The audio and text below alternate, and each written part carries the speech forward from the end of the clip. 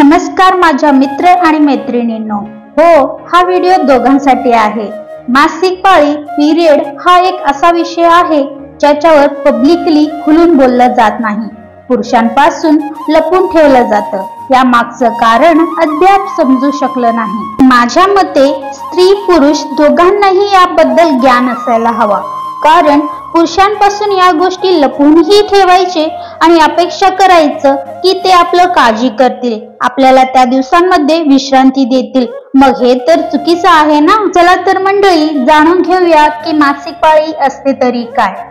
मुलगी ही जेव्हा किशोरावस्थेमध्ये येते, म्हणजेच वयाच्या 10व्या-12व्या वर्षी तिला मासिक पाळी म्हणजेच पिरियड चालू होतात। जसं अर्ध जग पुरुषांपासून बनतं तसंच अर्ध जग स्त्रियांपासून बनतं, पण पुरुषांची निर्मिती कोण करतं तर ती एक आईच असते।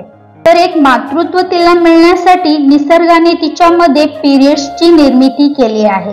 तर पिरियड्स म्हणजे काय तर किशोरावस्थेमध्ये स्त्रियांच्या शरीरामध्ये इस्ट्रोजन, प्रोजेस्टेरॉन हे हार्मोन्स तयार होऊ लागतात। पाळीच्या शेवटच्या दिवसांमध्ये यांचे फलन म्हणजेच संभोग झाल्यानंतर जे बाळ राहतं ते न राहिल्यामुळे इस्ट्रोजन आणि प्रोजेस्टेरॉन हे हार्मोन्स ड्रॉप होतात आणि गर्भाशयातील पाळीचा थर सुटू लागतो। त्यालाच मासिक पाळी असे म्हणतात। दर महिन्याला 28 ते 30 दिवसांच्या अंतरमध्ये मासिक पाळी चक्र सुरू असतं। यामध्ये 1-2 दिवसाचे फरकही असू शकतं।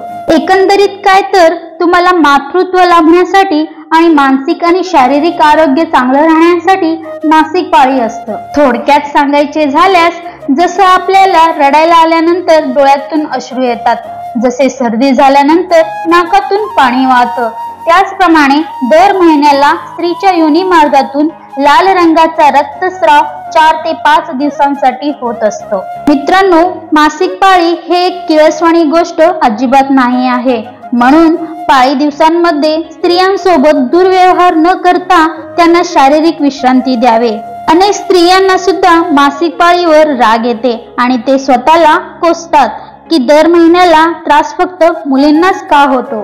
तर त्यांना मी सांगू इच्छिते की ज्या मुलीला नियमित मासिक पाळी येते त्या गोष्टीपेक्षा सुंदर या जगात कोणतीही दुसरी गोष्ट नाही, कारण नियमित पिरियड आल्याने आपण मानसिक शारीरिक निरोगी राहतोच, त्याच सोबत आपली त्वचा नितळ आणि चमकदार बनते आणि केसही सुंदर बनतात, आपल्या शरीराला आकार येते। मित्रमैत्रिणींनो, आशा करते की मासिक पाळी म्हणजे काय हे तुम्हाला व्यवस्थितपणे समजलं असेल। मासिक पाळी उशिरा का येते, त्यावर उपाय काय आहेत, मासिक पाळी दरम्यान कोणत्या गोष्टीचा वापर करावा, काळजी कशी घ्यावी, अशा अनेक टॉपिकवर सविस्तरपणे व्हिडिओ घेऊन येणार आहे। म्हणून माझा नेक्स्ट व्हिडिओ सर्वात आधी तुमच्यापर्यंत पोहोचण्यासाठी चॅनेलला सबस्क्राईब नक्की करा। व्हिडिओ आवडल्यास व्हिडिओला लाईक करून आपल्या मित्रमैत्रिणींशी शेअर नक्की करा।